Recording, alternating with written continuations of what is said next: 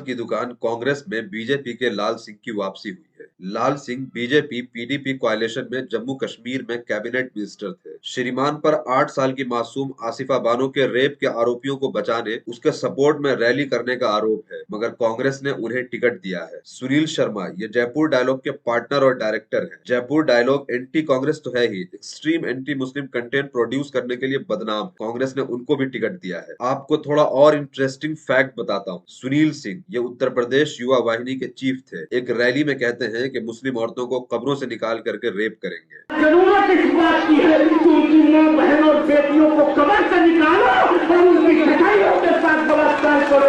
आज ये समय की मांग है मित्रों, और यह केवल हिंदू युवा वाहिनी कर सकती है। 2020 में अखिलेश यादव ने समाजवादी पार्टी में इनका इस्तकबाल किया था। गेस व्हाट, ये दोनों सेकुलर पार्टियां कहलाती हैं। हमारे लोग कहते तो हैं सब याद रखा जाएगा, मगर सब भूल जाते हैं। हमारी औलादों के मुस्तकबिल की जंग राहुल नहीं लड़ेंगे, शिबू नहीं लड़ेंगे, लालू मुलायम नहीं लड़ेंगे, नीतीश कुमार मायावती नहीं लड़ेंगे, ममता नहीं लड़ेगी।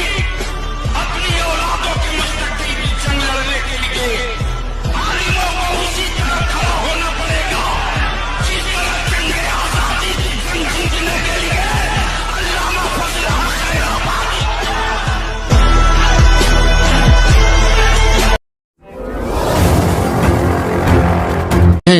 कि लोगों 100% तुमको आने वाले इलेक्शन में वोट डालना है।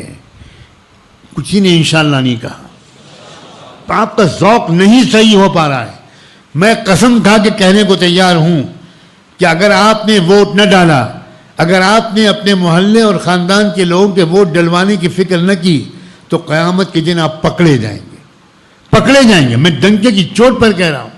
आपको अंदाज़ा नहीं है कि यह ख़तरनाक इलेक्शन बन गया है, ये कैसा फैसला कुन इलेक्शन बन गया है, और अल्लाह की तरफ से ऐसे असबाब पैदा हो गए हैं।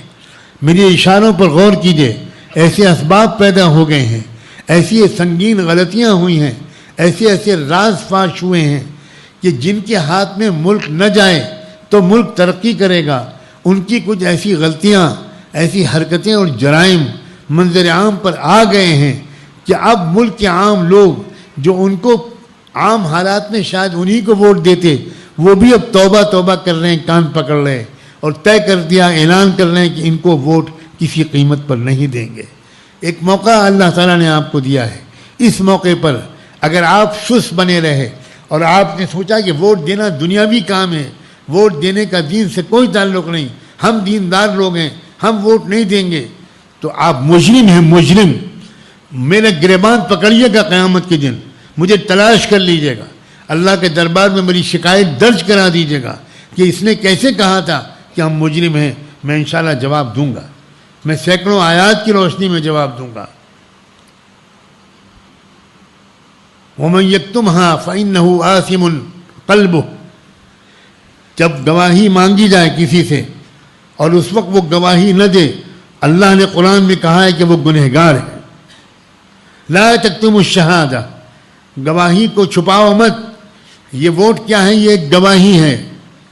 ये वोट ये गवाही है कि यह आदमी ईमानदार है, यह आदमी आगे बढ़ेगा तो मुल्क तरक्की करेगा, बेवाओं यतीमों को फ़ायदा होगा, गरीबों को फ़ायदा होगा, किसानों मज़दूरों को फ़ायदा होगा, अक़लियतों को फ़ायदा होगा, ओबीसीज़ को फ़ायदा होगा, दलितों को फ़ायदा होगा, औरतों को उनके हुकूक मिलेंगे, किसी लड़की को छेड़ा नहीं जाएगा।